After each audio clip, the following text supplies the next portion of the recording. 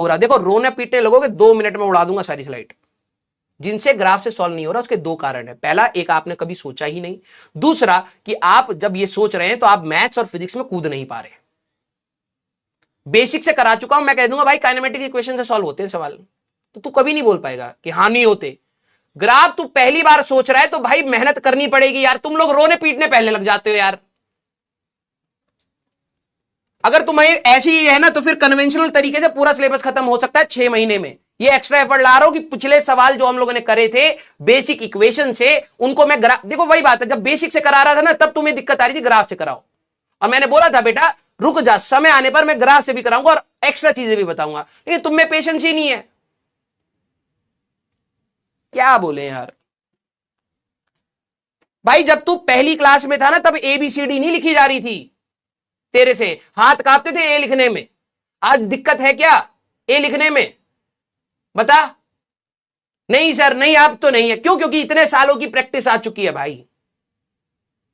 बच्चे को एक पहली क्लास में ए लिखने में भी मौत आ रही होती है, ए और बी में भूल जाता है ए कौन सा था।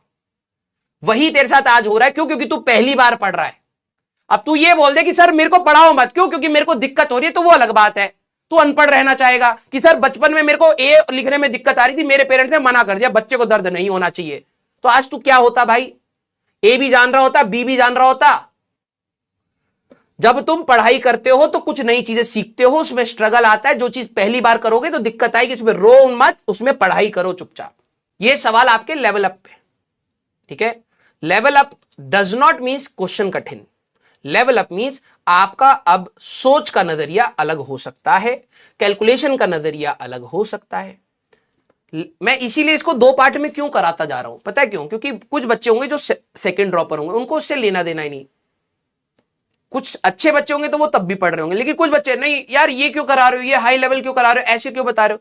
भाई यहां पर एडवांस भी क्लियर करना है। थॉट प्रोसेस आपको एग्जाम में कब कैसा सोचना पड़े, यू डोंट नो बेटा, यू डोंट नो। और ये जो हमारा मैदान है ना 2 घंटे का, इसमें तुम्हें बहुत सारी अनकंफर्टेबल चीजें मिले ना तो खुश होते रहना। समझ जाओ मेरी बात। इस 2 घंटे के मैदान या 2-2.5 घंटे के मैदान में अगर टीचर आपको अनकंफर्टेबल सिचुएशन में डाल रहा है तो खुश हो जाइए, क्योंकि कंफर्ट के साथ तो सिलेक्शन नहीं हुआ पिछली बार। समझ रहे हो? अब हम सभी लोगों को थोड़े से आउट ऑफ बॉक्स चीजों को एनालाइज करना पड़ेगा। और मैं स्टार्टिंग से, जब से प्रयास स्टार्ट हुआ है, मैंने आपको हमेशा बोला है कि इस बार की तैयारी आपकी थोड़ी डिफरेंट होगी। मेरे से ही पढ़े हुए बच्चे आप समझ पा रहे होंगे कि अप्रोच अलग होता जा रहा है। क्यों? क्योंकि एक तो टाइम कम और हमें सुपर एनालिसिस में जाना है भाई, सुपर एनालिसिस में, ठीक है। और समय लगेगा आपको। सर 6 महीने में मैं समझता ही रहूंगा तो अप्लाई कैसे करूंगा? मैंने क्या बोला था, जेई मेंस 1 से पहले सिर्फ नोट्स पढ़ के तू 2 बार चला गया ना भाई, तो वही बहुत है। उसमें हो जाता है भाई सिलेक्शन। गलती मत करके आइयो, हो जाएगा सिलेक्शन, ठीक है।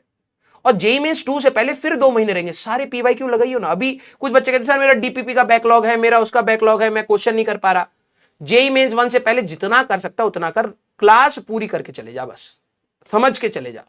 जेई मेंस 2 से पहले तेरे पास, तुम सभी लोग याद करो कि तुम्हारा फरवरी और मार्च का महीना कैसे था। सर बोर्ड्स में थे हम, हटा दो, अब क्या कर रहे होते? क्वेश्चन, सारे पीवाईक्यूज, सारी डीपीपीस, सारी शीट्स जो खाली पड़ी हुई हैं अभी तुम्हारी, कर ले जाओगे। बस पॉजिटिव एटीट्यूड रखो।